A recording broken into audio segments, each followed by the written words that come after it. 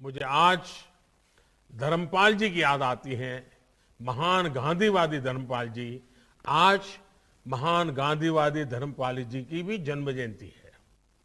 उनकी एक रचना है, the beautiful tree indigenous Indian education in the 18th century. आज आपसे बात करते हुए मैं इस पवित्र धाम में जब आपसे बात कर रहा हूं तो मेरा मन करता है उसका जिक्र मैं जरूर करूं। और बंगाल की धरती, ऊर्जावान धरती के बीच जब बात कर रहा हूं तब तो मेरे स्वाभाविक मन करता है कि मैं जरूर धर्मपाल जी के उस विषय को मैं आपके सामने रखूं। धर्मपाल जी ने इस पुस्तक में धर्मपाल जी ने थॉमस मुनरो द्वारा किए गए एक राष्ट्रीय शिक्षा सर्वे का ब्यौरा दिया है। 1820 में हुए, 1820 यानी करीब 200 साल, 1820 में हुए इस शिक्षा सर्वे में कई ऐसी बातें हैं जो हम सबको हैरान भी करती हैं और गौरव से भर देती हैं।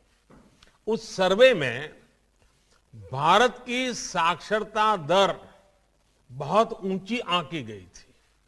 सर्वे में यह भी लिखा गया था कि कैसे हर गांव में एक से ज्यादा गुरुकुल थे और जो गांव के मंदिर होते थे वो सिर्फ पूजा पाठ की जगह नहीं, वे शिक्षा को बढ़ावा देने वाले, शिक्षा को प्रोत्साहन देने वाले एक अत्यंत पवित्र कार्य से भी गांव के मंदिर जुड़े हुए रहते थे। वे भी गुरुकुल की परंपराओं को आगे बढ़ाने में, बल देने में प्रयास करते थे।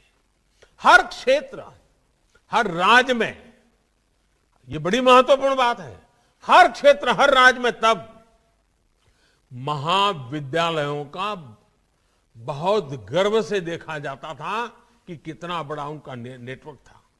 उच्च शिक्षा के संस्थान भी बहुत बड़ी मात्रा में थे। भारत पर ब्रिटिश एजुकेशन सिस्टम थोपे जाने से पहले थॉमस मुनरो ने भारतीय शिक्षा पद्धति और भारतीय शिक्षा व्यवस्था की ताकत को अनुभव किया था, देखा था। उन्होंने देखा था कि हमारी शिक्षा व्यवस्था कितनी वाइब्रेंट है। यह 200 साल पहले की बात है।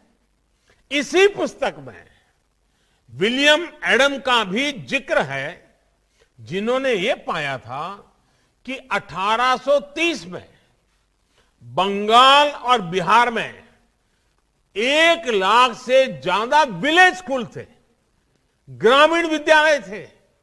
साथियों, ये बातें मैं आपको विस्तार से इसलिए बता रहा हूं क्योंकि हमें यह जानना आवश्यक है कि हमारी शिक्षा व्यवस्था क्या थी, कितनी गौरवपूर्ण थी, कैसे हर इंसान तक पहुंची हुई थी और बाद में अंग्रेजों के कालखंड में और उसके बाद के कालखंड में हम कहां से कहां पहुंच गए, क्या से क्या हो गया।